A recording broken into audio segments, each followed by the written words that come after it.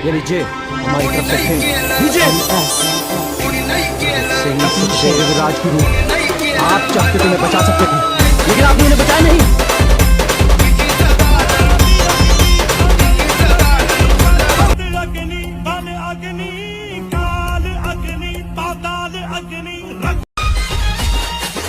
महाराज आपण अचानक अहो या ना, मला इतका आनंद झाला, या घरी या. साहेब भीमराव, आम्ही स्वतःला हजारांचे पोशिंदे म्हणतो, पण नुसतं म्हणून